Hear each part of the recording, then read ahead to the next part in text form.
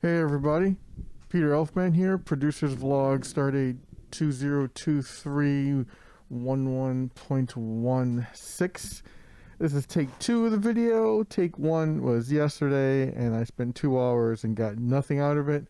Here we go again. We'll call that a dress rehearsal. What's going on with you? What's going on with me? Same old, except not really. Got a Christmas tune coming out. I'm gonna maybe do a preview of that shortly.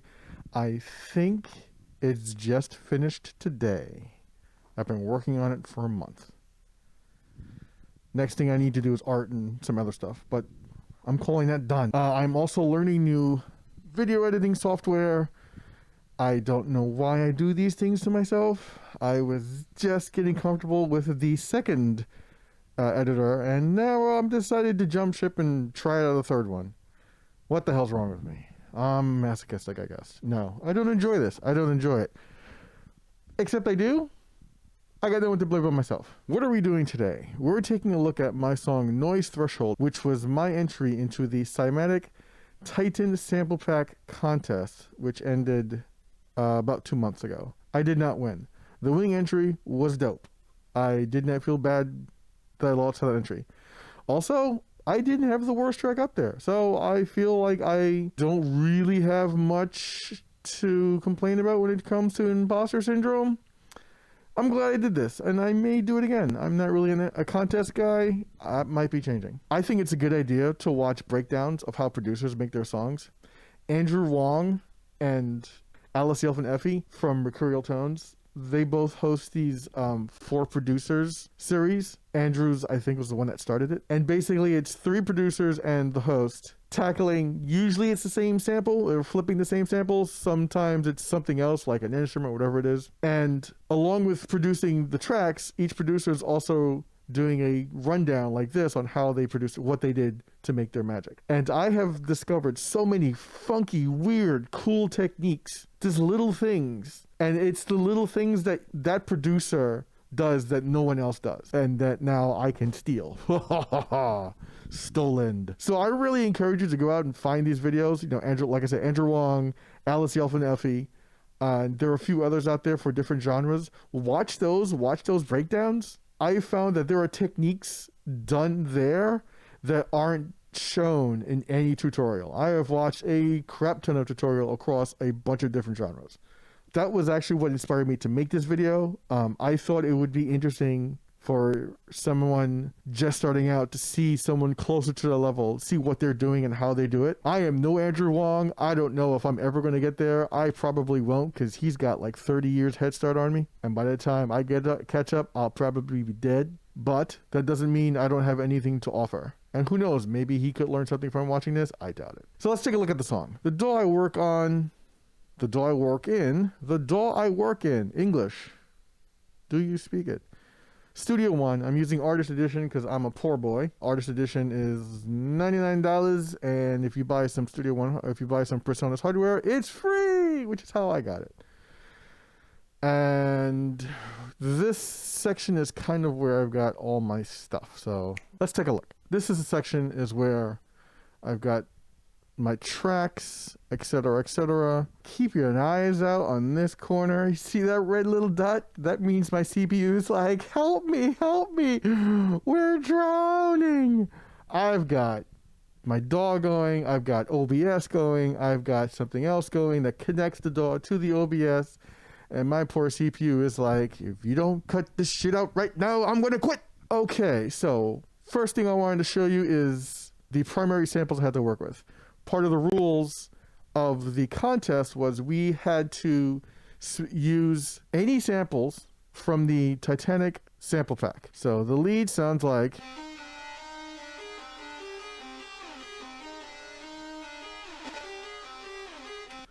Now, I played that in a previous video. There's a little bit of delay in there, and that was the processed version, processing. Actually, that's unprocessed. So that is just the raw sample. The only processing I have going on my master track is just compression, a kiss of OTT, a little bit of dynamic reduction in the low mids, and that's it, really. So there's really light processing, nothing to affect the sound of that track. Like I said in that last video, I spent 5 hours trying to dissect this thing so that I could get MIDI, so then I could do this, which is a layer I created using a Vital patch. This patch is made by... I made this patch from watching a Jason Sounds video. I'll throw the link up in the description.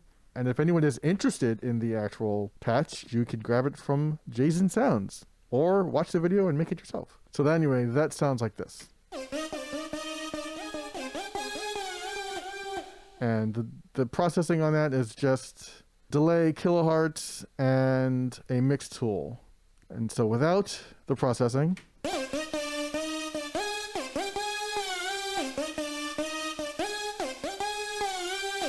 so it's a simple-ish dual oscillator saw wave with a little bit of pitch bend in there to give the musical phrase some texture, some color, some pizzazz. That was the first sample. The next sample is the bass. And that doesn't sound...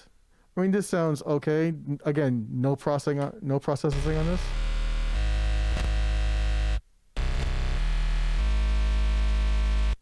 It's just a really simple saw wave oscillator way down. That sounds like C1, or not C1, but that sounds like in the 1 octave range. Pulling MIDI out of that was super easy. It didn't even need Melodyne. I then used 2 patches. So here's patch 1. Again, this is a Vital patch. And if in case you aren't aware, Vital is a free synth. There are paid versions. The actual software is a wavetable synth, so what you get with the paid version is more wavetables and more packed in patches, but the free version, the software is 100% the same and functional. So that's what I've got going with patch 1. Very minor processing. So I've got dynamic EQ to duck the kick drum. Actually, I just have a little bit to kill out some of the low mids. For whatever reason, I put a low pass on it. I don't know why I've got 2 equalizers going. I'm not going to question it right now. The second track has even less processing. And this track, I'm going to play it. You're not going to hear it. You might hear it. I actually can't hear it on these headphones because these headphones don't pick up a lot. It's a sub bass.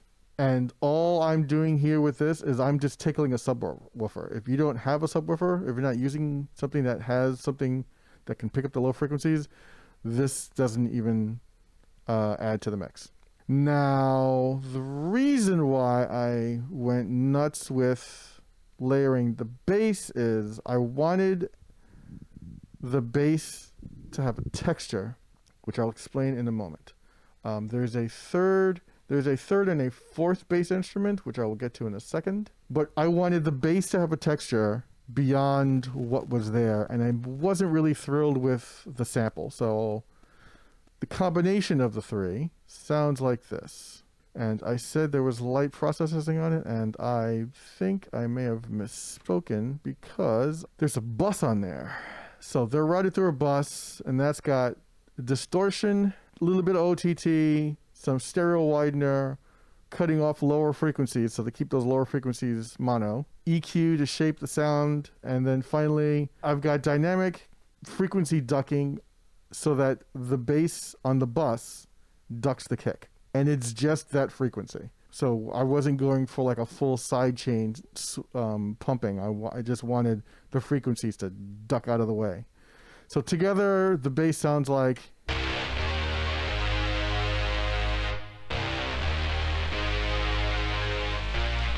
And then that pattern just repeats. It's nice and wide when it's running solo, which is I'll get to in a second. And I narrow it down when it's actually just being a bass. And it's got texture, it's got depth to it, it's got a little bit of bite, cuts through the mix. It sounds way better than the sample running solo. The last thing that I grabbed from the pack that was the core of the song is what they refer to as an ARP.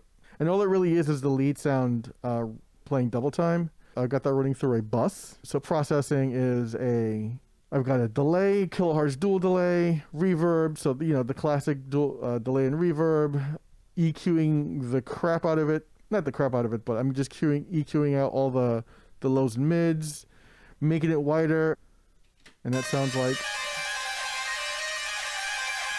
And then without the inserts. So I just wanted this specifically to ride in background. This was never meant to take center stage. It was meant to be a texture that flavored the tune, that flavored the track. And like the other two samples, I also layered this. So the first layer of this is a decent sampler instrument, the glass. And so also going through the ARP, we've also got a little bit of saturation and compression on it.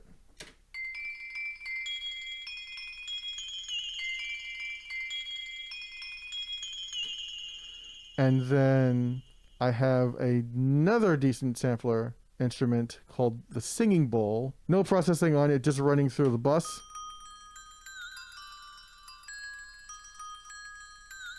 And all I did was I just, I double timed the MIDI so that it matches the sample. And then together, that all sounds like this.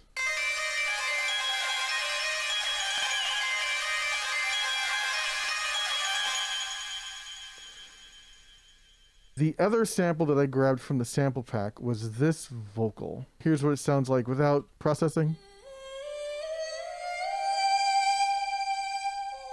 This was originally in 78 BPM. The track is at 148, and then the processing on that. Come on, you can do it. So we've got a compressor just to kind of even out the dynamics. Kilohertz ensemble, which is it's kind of like a vocal doubler or a chorus effect. Reverb, and then some EQ just to keep it out of the way of the low end.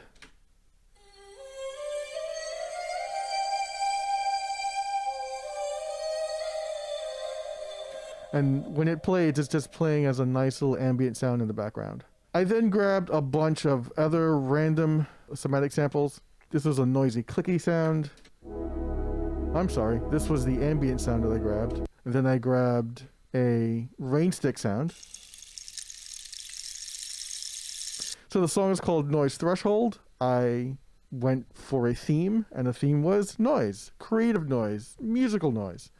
I had rain sticks in my house growing up, and I used to play with them a lot, which got me into trouble because they weren't mine. But I've always loved that sound, and I feel like the sound of a rain stick makes for a really nice noise signal that's not a white noise or a pink noise. It's not quite like rain, and it's got transients that really respond well to manipulation if you want to. This is just the sound because I like that sound. I've got a bunch of random sound effects. So I use that for a riser, and I've tuned it, some OTT, a bunch of reverb, make it wider, fresh air to bring out the high end a little bit more, and then EQ to shape sound. After that, we have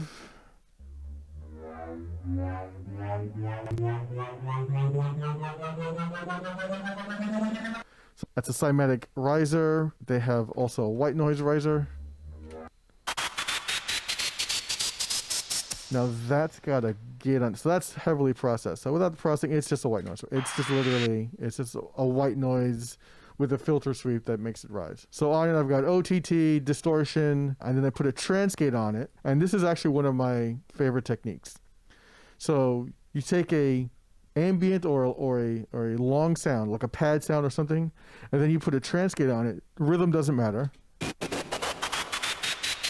And then you put a delay and or a reverb after it, and then I threw a stereo on there, a stereoizer, which also from Kilohertz. I use a lot of Kilohertz plugins on this track, so just to make it even wider. And again, it's a riser. I just used it for transitions. I don't even know what the heck this is. Yeah, that shows up as like a transitional ear candy element later on. There's this thing. Yeah, you barely hear in the background of a section. There's this thing. There's this thing.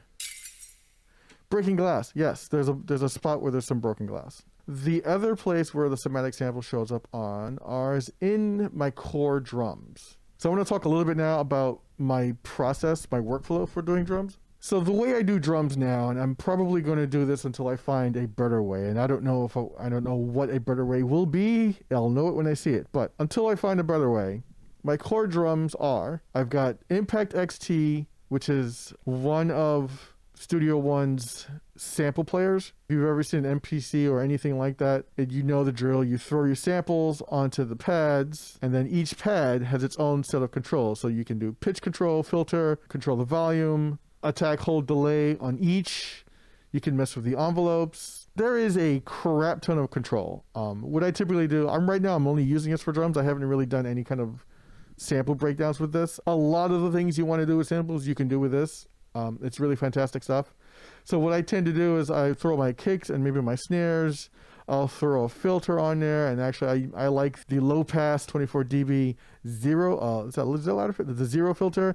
It's a notch filter, and it just adds a little bit of grit to the sample. I love it. Drive and punch, which is basically which is the word just left my brain. Not the tail, the start of a sound. The word's right there. You know what I'm talking about. It's the impact. It's the attack. It's transient. No, yes. So it's transient control over here with soft or hard clipping. Lots of controls, and you can literally do that for each individual pad. Additionally, and this is really why I'm using this, each one of these can potentially be routed through its own mix track. So, for instance, on my kick, I'm EQing it, and then I've got Brainworks subfilter, it's a filter, but it's also a saturator, and then you can hone in on the specific frequency that you want. I love this for drums. I've got more distortion. I distorted the absolute life out of this thing. EQ to shape it, and then Brainworks solo specifically to make the track mono, because I didn't want any left or right on that kick. Snare, not too dissimilar, distortion, EQ, a kiss of room reverb, because I wanted the snare to have to ring out just a little bit. Got a clap on here, it's just distortion and EQ, and then all my highs, so hi-hats and the short ride are on their own bus, and that's just EQ, and it's just a low pass. I'm sorry, it's just a high pass, just to cut out the lows. I've then got all of those routed to a drum bus, and on there I've got compression, cymatics, Diablo Light, which is best used on drums, some OTT for more crunch, room reverb because I wanted to give it a nice big sound, and then an expander. Expander is the exact opposite of a compressor and functions as a gate, but with a little bit more subtlety. Basically, I'm doing a gated reverb effect. When the reverb signal gets too low, it shuts it down relatively cleanly. So the other part of this workflow, Studio One, it calls their each little segment, whether it's sound or MIDI, events. So you can have standard events or you can have patterns. And patterns are basically sequencer. And it is top notch. I really like it. I'm sure there are more powerful sequencers out there, but I don't feel like I'm lacking for anything in this. So what I like to do with my drums is I like to create a pattern. And within a given pattern, you can have, I don't know how many, but way more than I've ever used, variations of that pattern. So this one's got 9 variations, and basically each variation has, different instruments going. It's mostly in the same pattern family, but there's also, I've got fills. And so what I can do is, so this section right here is just one long pattern. So what I'm going to do is I'm going to cut it. So now instead of one long event, I have now 2. And for every individual event with this pattern, I can go in and select a new variant pattern. So this allows me to create, basically what I do now is I create a bunch of variations, including fills, slice up my events as needed, and then change those out, and I can change those out anytime to anything that I want. I can make new variations as I need to, and I have yet to find a better workflow for drums, for at least the core drums. I usually throw in some samples. on top of this, which I'll get to in a second. And that's my core drum workflow, and I've been doing that for the last few songs, and I will probably be doing that for anything that's going to have drums. And then on top of those drums, we have a handful of somatic samples. So those are all going through a bus. I'm using the Firepressor compressor. And if you this is a free compressor, and if you haven't gotten it, it's worth checking out. It's not a clean compressor. It adds flavor and texture to a signal. Get it, check it out. It's worth it. I wanted this to flavor the drums. The Room Reverb plugin is Studio One's packed in reverb, and I don't really have a major need for another reverb. It does the job pretty well if you need just a solid reverb for any occasion. What it doesn't do is some of the wackier, wilder sound designy stuff that you can get with like Valhalla or some of the other crazier reverbs. If you just need a regular reverb with lots of controls to fine tune it, no complaints. I love this plugin.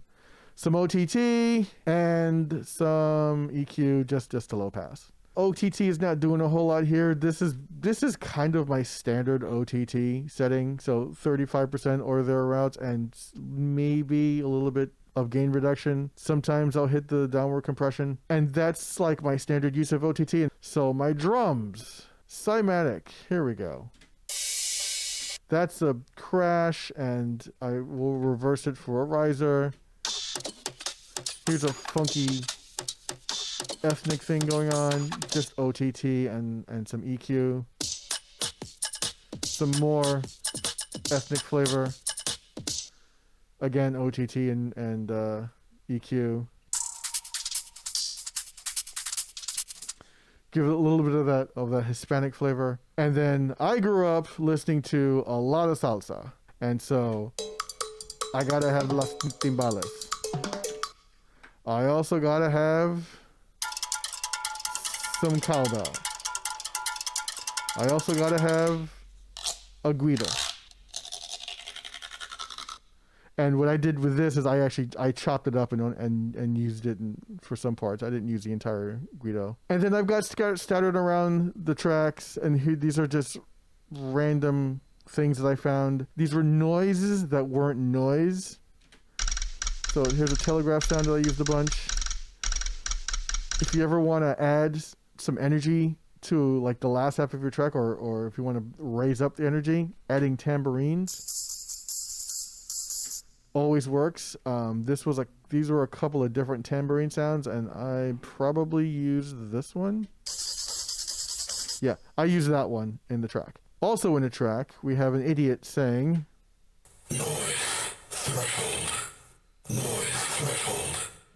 So that's my voice, processed to hell and back. So I did 3 takes with 3 different intonations of my voice, which is to say, I did 3 intonations of noise 3 times, 3 intonations of threshold 3 times, 3 intonations of noise threshold 3 times. Chop them up, spread them apart, so we've got some left, some right, some up the center. I don't even remember what plugins I threw in on there. I know there's a stereo widener, some cleanup software, I think some distortion, and what came out of that was noise threshold.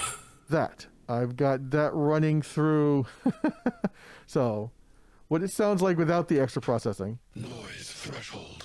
It's very quiet, but it also sounds a lot more like me. So that is going through. I don't know why I'm using TDR Nova here. Yes, I do. So I've got a little bit of dynamic frequency reduction going on in the upper end. OTT, and this time I cranked it. OTT is slapping the ever-loving crap out of this. Goyo for some signal cleanup. There's a bunch of kilohertz bit crushing going on. We've got a comb filter, vocal doubler, cranked to the max. Here's my other favorite reverb. I love this reverb. This reverb is fantastic for when you just need a little bit of reverb on a bus, or a lot of reverb on a bus. I'm not too fond of it on straight on a track, but on the bus track, it's great. You throw it on the bus, you crank your wet dry, you click your setting, and boom, you're done. You get instant reverb, no fuss, no muss. Fresh Air 2 to bring up the highs because it was not cutting through the mix, and then I just wanted to make it wide. The new update to wider gives you control over the low pass, so that anything below 108 hertz is in mono. and then just some EQ at the end, and I'm not even sure why I did some funky EQ over here, but it's happening. I'm not going to mess with it. And what I do recall was that even with all of that, it wasn't cutting through the mix. So what I then did was I duplicated the entire track and brought up every one of those 1 octave. So I've got a higher octave version playing through the same bus. And combined, you can't even hear the pitched up version, but what it does is in the mix, you can actually hear what I'm saying. So after I did that, it all worked out. This track here is a whole bunch of samples that I wound up Bring radio back? Just keep track. Well, maybe this kind of thing wouldn't happen. Do something. What are you talking about? So I had a whole bunch of these. The plan was to litter them through, and at the end I wound up with 2. And the last thing I got is not worth mentioning here. All right, so let's get into the structure of the song. So the structure is a little weird. It makes sense in context. Intro, B section, break, A section, break, B section, break, big finish, outro. Why is it B then A? Because I wanted the A to be like the chorus, but I didn't want it chord to chorus. I don't know why. It just made sense to me at the time. And so the part that wasn't going to be the A section was going to be the B section. And I felt like the structure of the song required the B section to come in first. And then I also felt like there needed to be space between the repetitions. Ergo, we've got these breaks that are basically just long transition sections. So the build-up starts with my stereostatic sting, which I made for an as of yet unpublished album.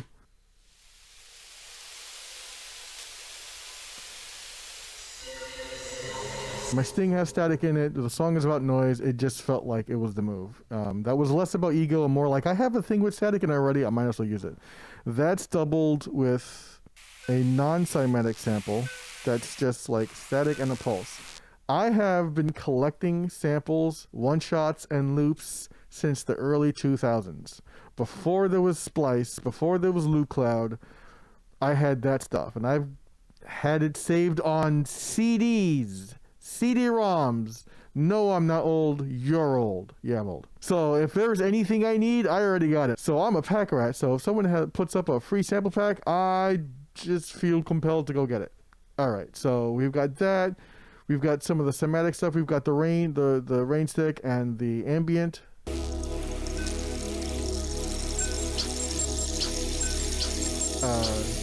This thing is just a random sample I found from somewhere that I felt the mood.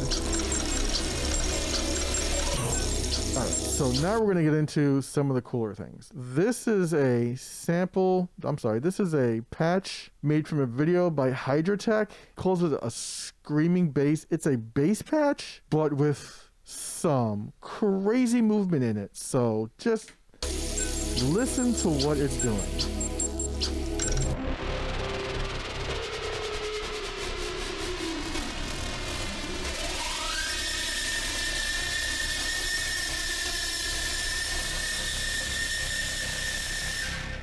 I freaking love that thing. I made that patch and I was like, oh my god, I need to use this now, and it wound up in this track. And I am about to sneeze.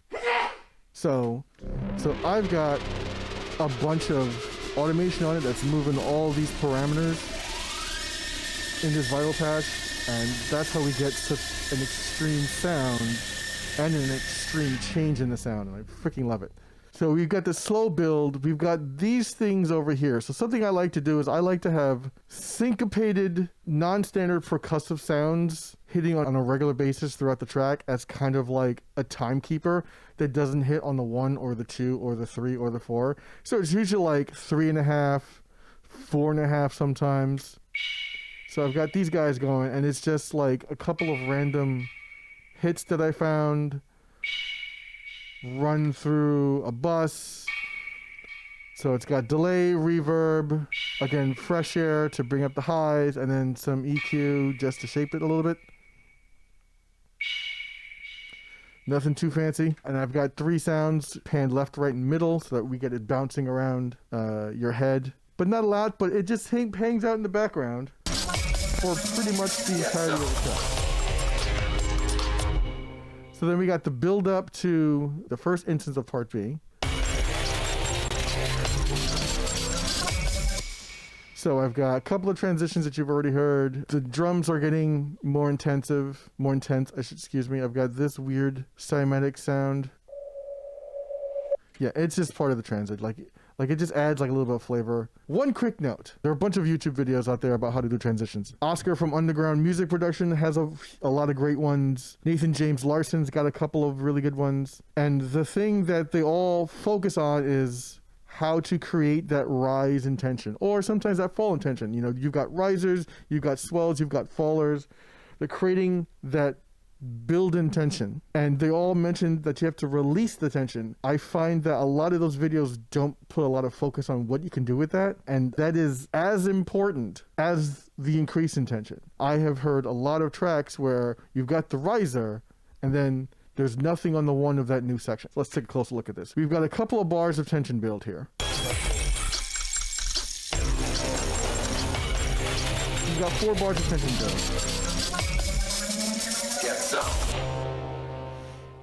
Now we've got 4 bars of tension build. We've got that vocal sample Get Down as like the final hit of the old section. And whatever transition you're doing in whatever genre, you need to have some kind of percussive element on the one of the new section to conclude the transition. And a lot of new producers forget that. And here's a classic example. If you listen to any pop or any rock, a lot of new sections come in after 8 or 16 bars. What do you hear on the one of that, the 9th or that 6th or that 17th bar? You hear a ride cymbal or a crash cymbal. And that's like standard. Like drummers do that instinctually at this point. You know, the new section comes in, crash on the one, ride on the one, whatever it is. EDM, we have a lot more choices available to us. You can do your crash cymbals. I do, because I am rock influenced. I also like to use low impacts.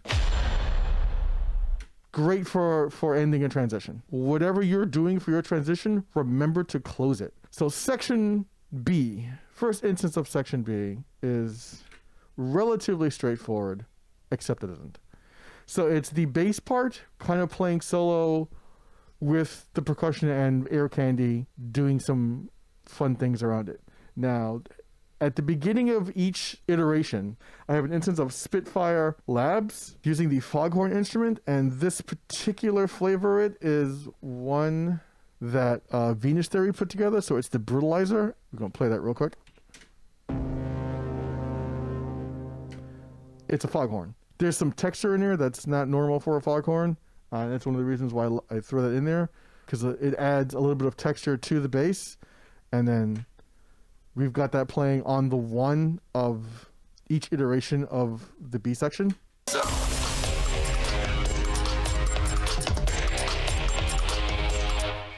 So that plays, and you know, it sounds normal. When it repeats, I throw in an instance of Vienna Symphony Library. And this instance is using the so this is the Big Bang Orchestra, which is free. This is a free plugin, and this is a free instrument. And this instrument is fantastic. The instrument comes with multiple variations, and each variation comes with multiple articulations that have key switches, which allows you to flip between them while you're playing. Decently powerful. Now, I've got this going on this thing that does long notes for now.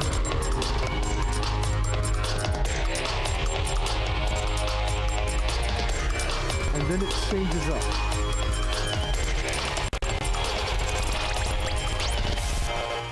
Alright, that was not meant to happen. There we go. Right, so first part is kind of plain Jane. It's just the bass end of the orchestra coming in, so it's low brass, it's low strings, and I'm not even sure what else is in there. And then basically the back half of the second iteration, the ARP comes in. And what the ARP is doing in terms of the structure of the song is a bridging the B section to the A section. Give it place to the break. We got some zero. A short transition, and so the ARP carries us into the A section. A section has a different supporting drums. I'm using one of the other ones. It's also have different drums, different percussion. It's meant to sound different. The A section is the lead parts. So here I've got the layered lead part, the part that I wrote, on top of the sample. And then I've got the bass part playing with the orchestra, but I've chopped up the sample so that's playing short notes, and I've got the MIDI on one bass layer playing short notes.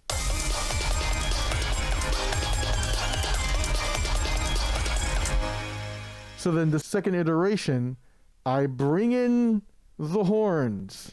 And in this case, I also switch articulation.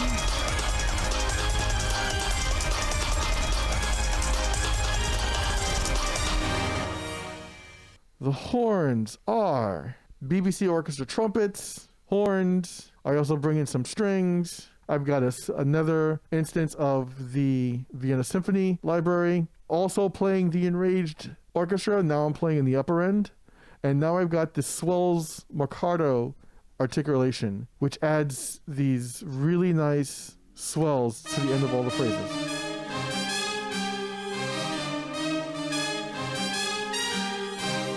I also changed up the MIDI a little bit so that it's playing a variant of the original tune. So it's playing that variation on top of the sample. So the sample's not changed, but I did mess with the MIDI on some of the instruments. So it's playing a slightly different phrase the second time around than it is the first time around. And then on the last quarter of that section, I changed up what the orchestra is playing. Here's what the horns are doing in the second iteration of the phrase.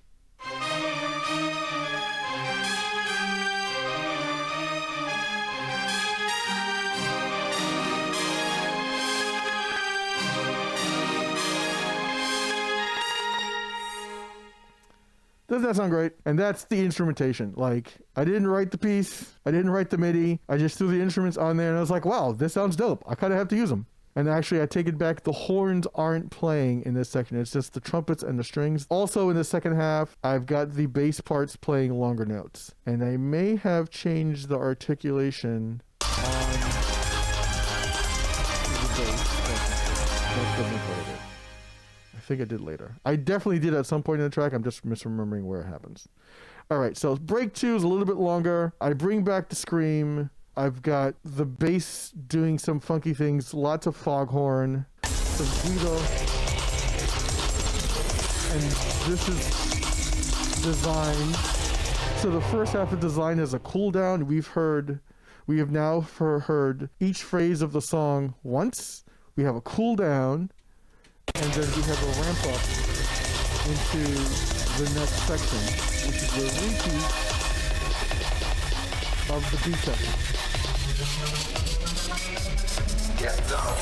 So now what I did in here is I bounced down that bass scream with the movement and reversed it so that it kind of became a riser. Or not so much as a riser as it goes through the opposite movement. So it goes up and then it comes down. We've got a ramp up. B section 2 sounds a lot like B section 1, except now we add vocal singing operatically in the background. I also brought in the orchestra, the back half, to pick up the energy a little bit. Again, I bring the ARP in the last section to give you that same feeling like we're going to use the ARP to carry in. Except break 3 changes all the rules. So we've got a transition into the break, which is basically we are decreasing the energy to relative quiet so that we have space for an increase. We've got high energy, a shift to low energy so that we can build up to high energy again.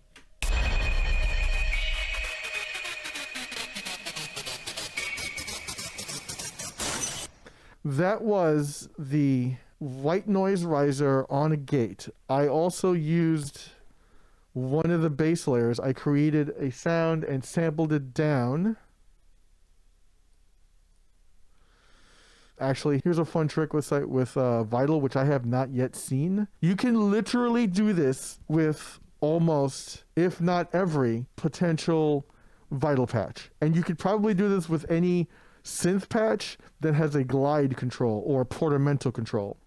So what you do is, I'm going to play live on my keyboard right now, just so that you can hear what's going to happen here. So what you can do, you crank up your glide. Then you play one note very short, a 30-second. And then while you're holding it down, play a second note and hold that for as long as you want. And you get this.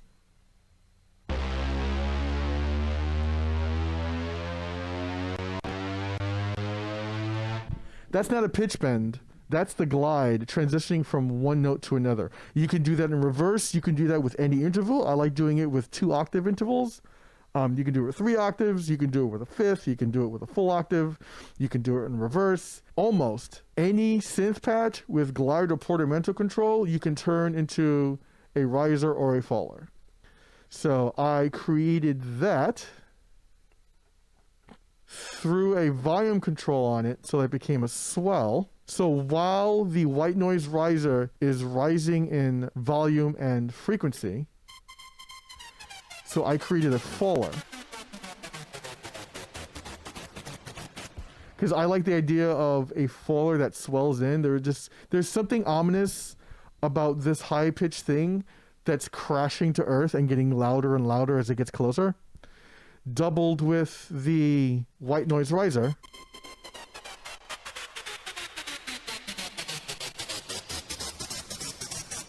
I've also got some pan animation so that each one starts wide left, one starts wide right, and they converge in the middle. So basically you've got something falling towards you, a white noise riser coming at you, also from left and right. Like, it's just increasing the intensity. And that ends in nothing because I forgot to unmute it. So let's do that again. That ends with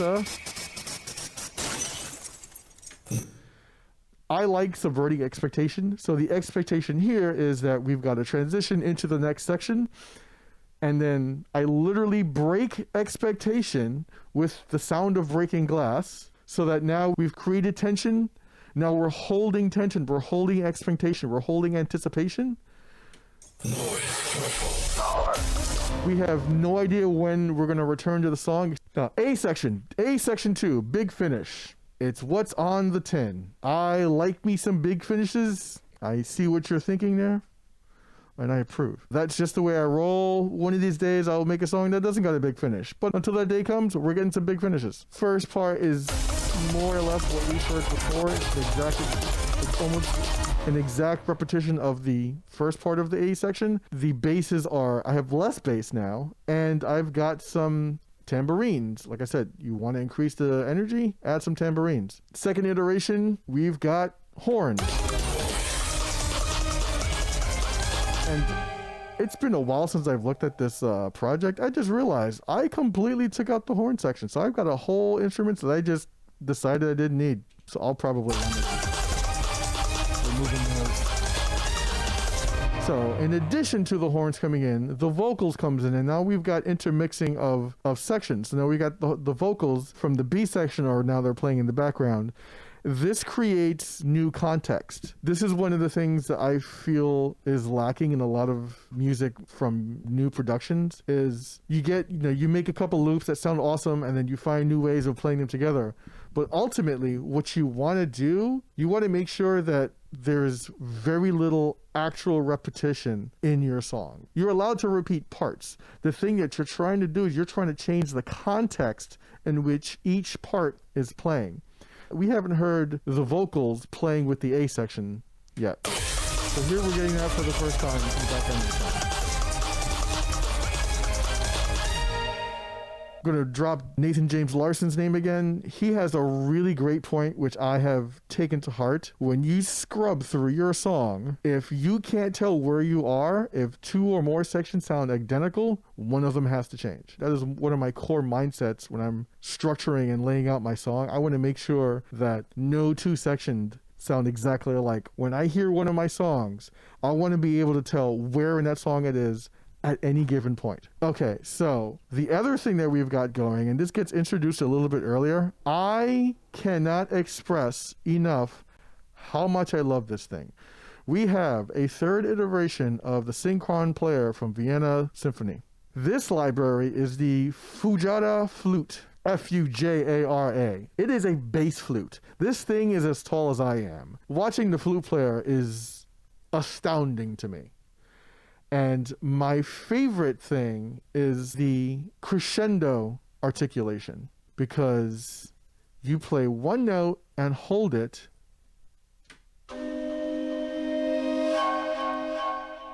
instant transitional element. You don't even add water. It's just right there. Effortless. And it's gorgeous sounding. I've got a delay on there and the mix tool. This is Studio One's pack-in delay. This is a good delay if you want to texture the sound of the delay signal. It has a lot of options for doing that. So this is quarter note delay, not a whole lot of feedback, so it's not repeating very often. LFOs to make it fluctuate when it's echoing out.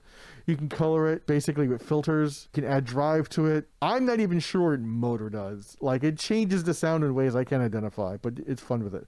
And then of course your standard, ping pong or 2-channel delays, wet dry. This was doing things that the kilohertz delay wasn't doing. I specifically wanted to shape the delay of this sound. And then what it's playing, so this is playing a root and a flat third, and then repeated 1 octave up. And if you don't know what I just said, if you don't understand what that means, then you need to go and learn some music theory. You thought I was kidding. See previous video. You absolutely need to learn music theory because it's a language. Okay, the last iteration. We keep everything we just heard. We add some more bass and we add the arps. All that drama, and I forgot to unmute. All right, let's try it again.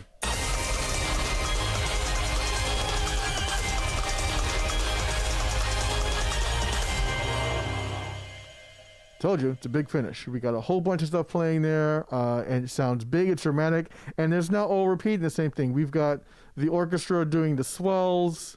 We've got the bass. I think I've got the bass. Keep talking about. There we go. So now we've got the bass orchestra also doing the swells, and those sounds interesting.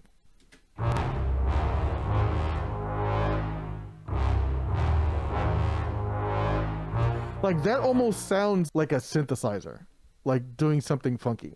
Someone's doing that with an instrument playing with their mouth and or fingers. Sounds great. It just adds texture to the part. Right. So we've got high tension, we've got high energy, and then